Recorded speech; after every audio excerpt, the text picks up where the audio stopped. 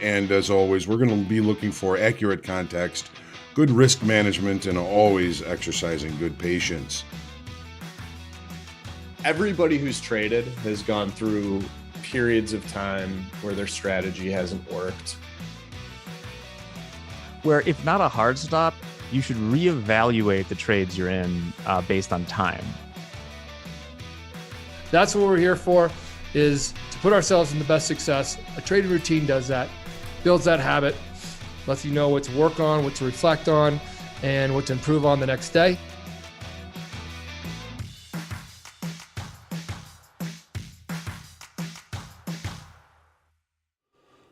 Good afternoon and welcome to the Market Recap. Still Tuesday, November the 15th. I believe we're halfway through November already.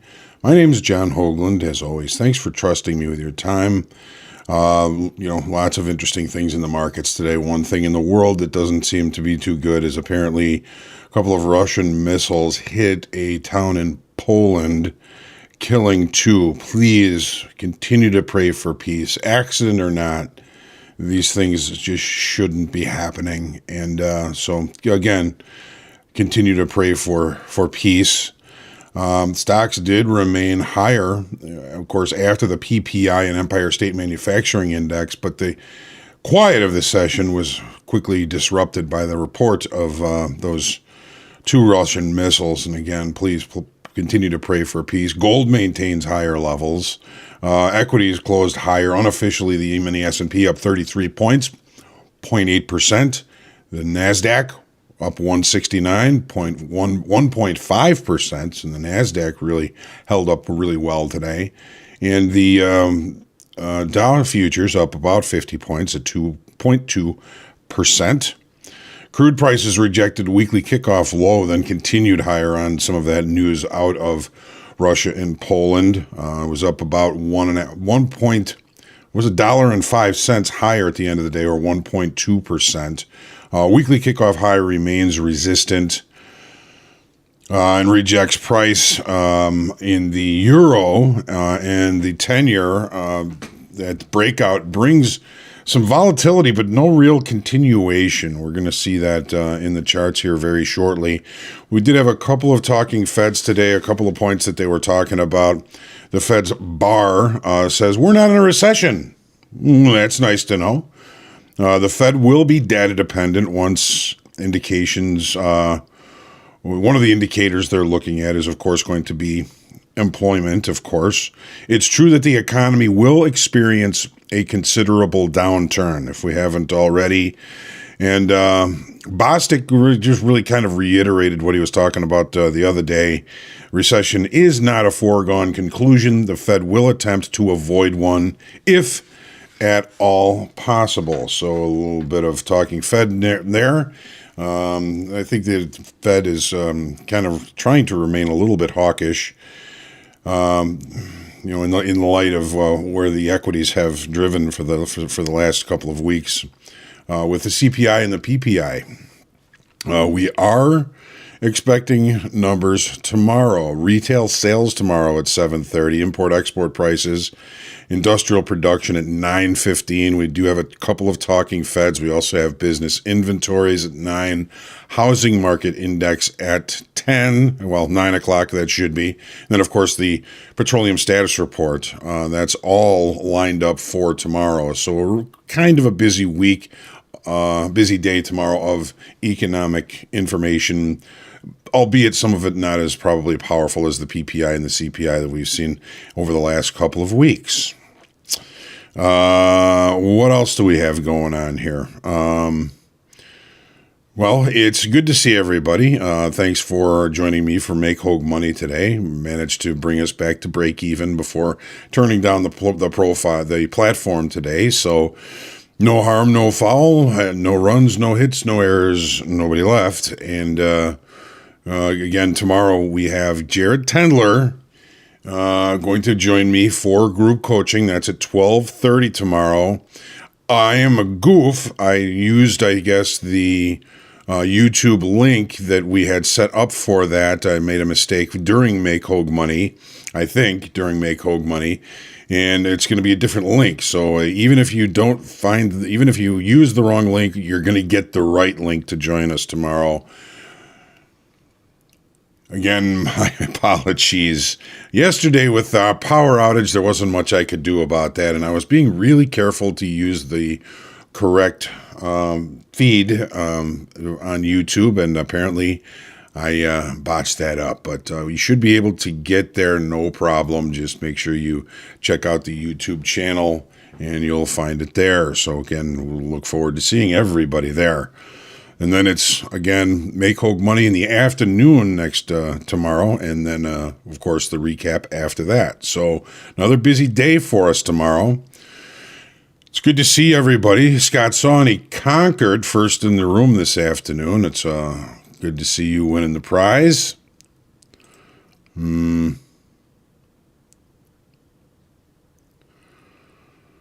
Okay. Good to see Ike Wells. G'day. Gonna throw a couple of shrimp on the Barbie tonight? Sounds good to me. Bill Phillips, George, good afternoon. Lacey has moved on from the Forbidden Couch. She's actually using the dog bed that we got for her 2 years ago that she's never laid in. All of a sudden today, she's laying in her doggy bed. Apparently she now likes it. Good afternoon, Vince. Haggle Matters, Danny Ireland, Richard Blake. Good afternoon, my brother Rick. Love you. Yes, George. Let's pray for peace. You're in Europe, and we need peace, right, Vince? Jerry is awake. Good to see you. I hope I'm still awake. Kind of tired today, but and Michael W. It is my pleasure. Everything that I can do, I will do for you. It is all of our goal here at Top Step to see your success, and we look forward to seeing that always. Kind of an interesting thing happened in the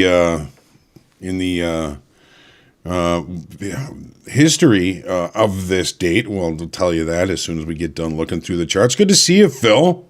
Nice to see you again.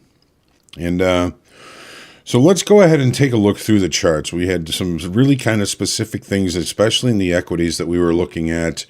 We did see a pretty deep dive below weekly kickoff low, but that was swiftly rejected. Yes, Jerry, we got a couple inches of snow this morning and early, almost into the afternoon today, but it is all gone already. It's all gone. That kind of snow, I don't bother. At least I don't have to shovel it. Well, let's jump in and let's take a look. We'll start with crude in the afternoon here. Right. So let me get the sheets out here. It is in the teeth of rollover. Let me take a quick look to see how the volume did today. And so we're about 100,000 short the Jan to Dece. So tomorrow morning, if we see more volume in Dece, I'll probably be looking into the December contract on Thursday when we will almost assuredly switch to the January contract. But anyways, we did have a pretty good move down below weekly kickoff low. This is the daily chart. This is, I think, going to kind of be moot. Once it came back down through it, it became relatively useless. I'm going to take this off. Weekly kickoff low is 85.25. We got down to 84.06 before finding some degree of rejection, and that rejection did come in the form of before the news about the Russia missiles hitting Poland. Once that hit, it accelerated to the upside, but we really tried to hold down below that level. We do have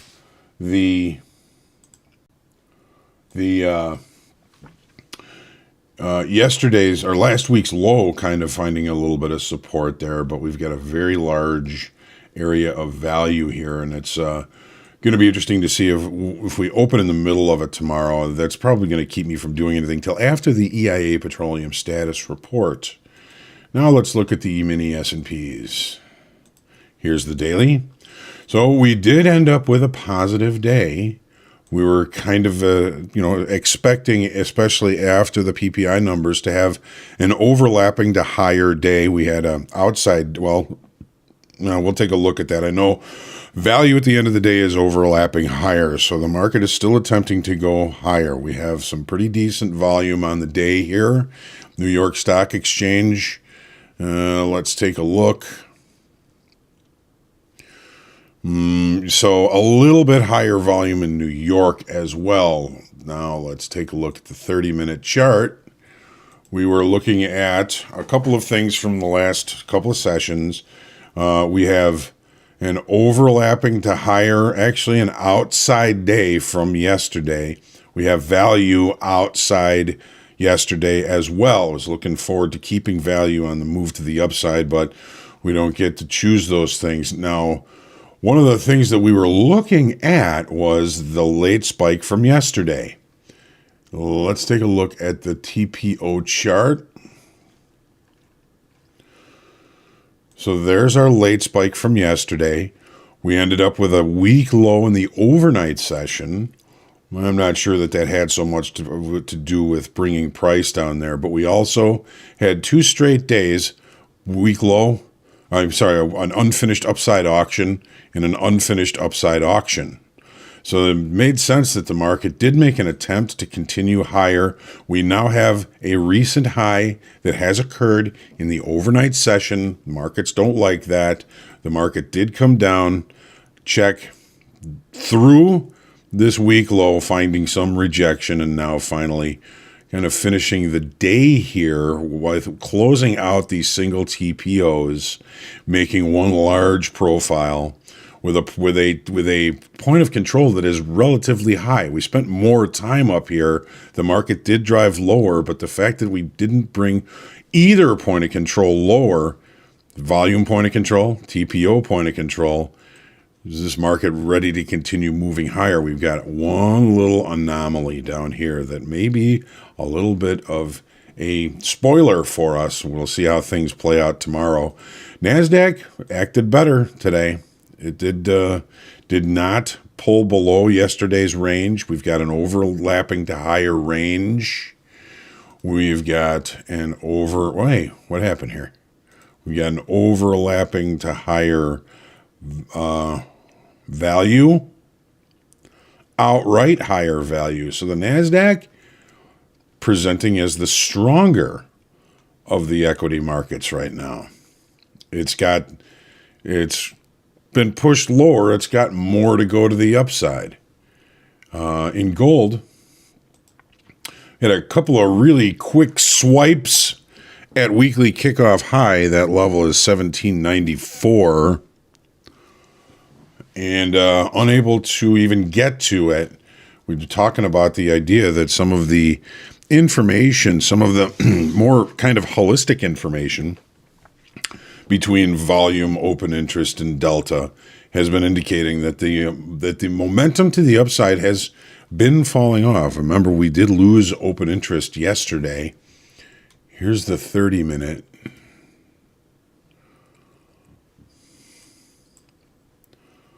So losing open interest on this move to the upside yesterday.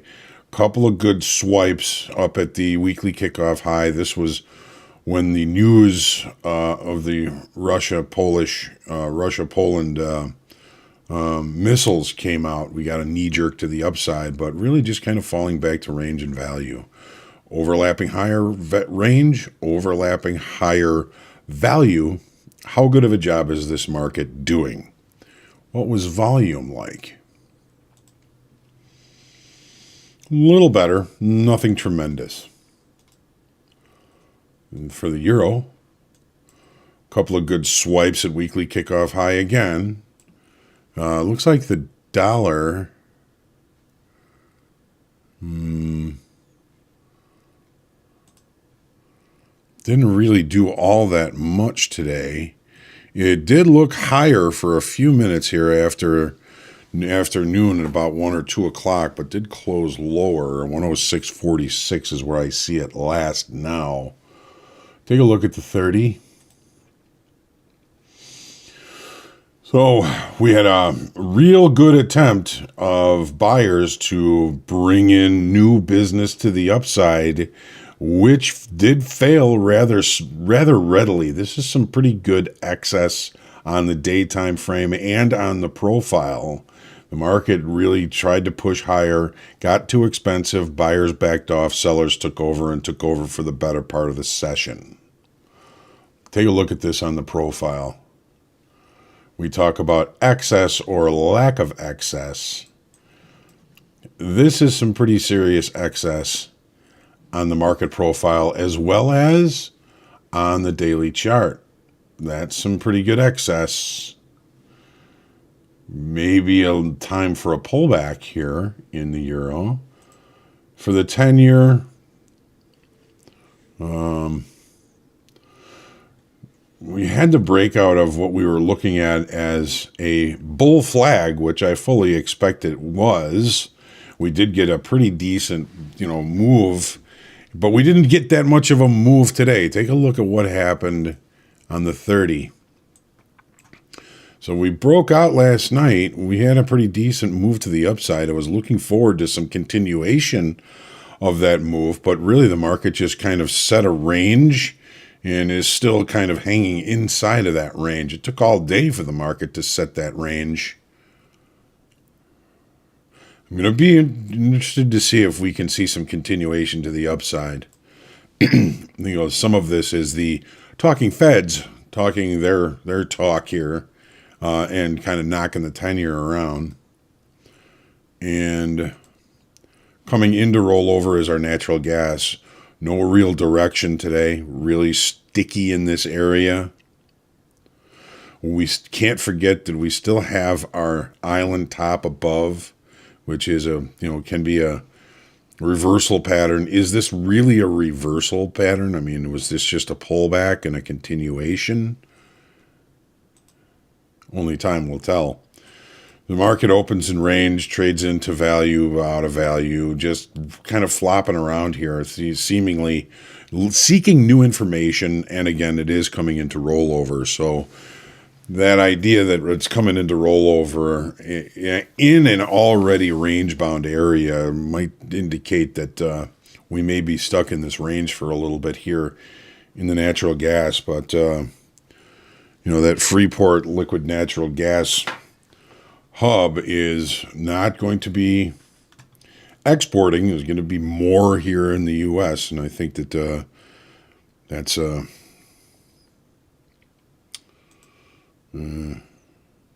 interesting information for those of you that are going to be trading the natural gas. Ron John, how do you trade on 30-minute chart intraday? Well, I learned how a long time ago, and a lot of it has to do with the ability to use the market profile to look for opportunities, asymmetric opportunities. I'm always looking for little risks and bigger rewards. I'm not a very active trader, Ron John. If I'm going to be trading one or two products throughout the day, I'm probably going to be seeing 3 to 5 opportunities in either of or both of those products that I'm trading. So I'm not a scalper. I'm more of a longer term trader. I think most of my trades are at least 30 minutes long.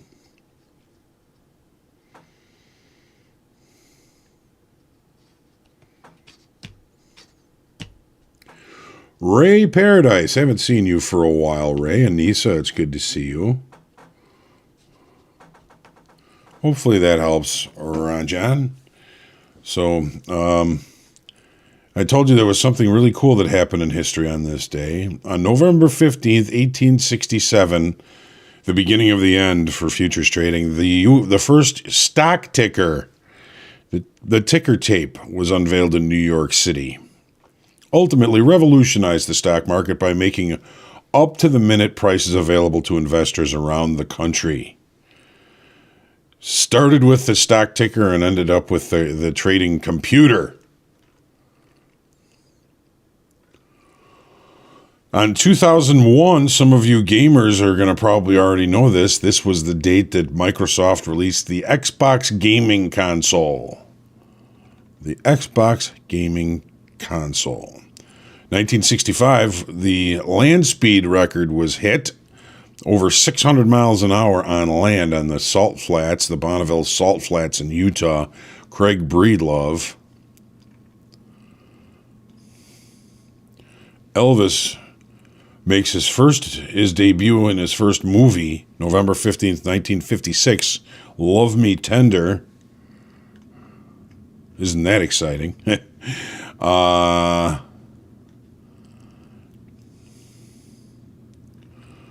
saw something cool here in music. At least I thought I did. Johnny and the Moondogs, 1959. They played the final heat of TV Star Search competition in Manchester, England. Johnny and the Moondog was the original name for the Beatles. And they didn't have any money to stay overnight in Manchester, so they were forced to head back to Liverpool before they were called back to the stage. But Johnny and the Moondogs, the Beatles. Didn't really see anything else that exciting here.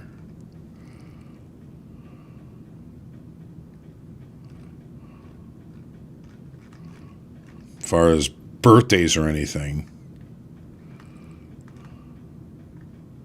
At least not on this site.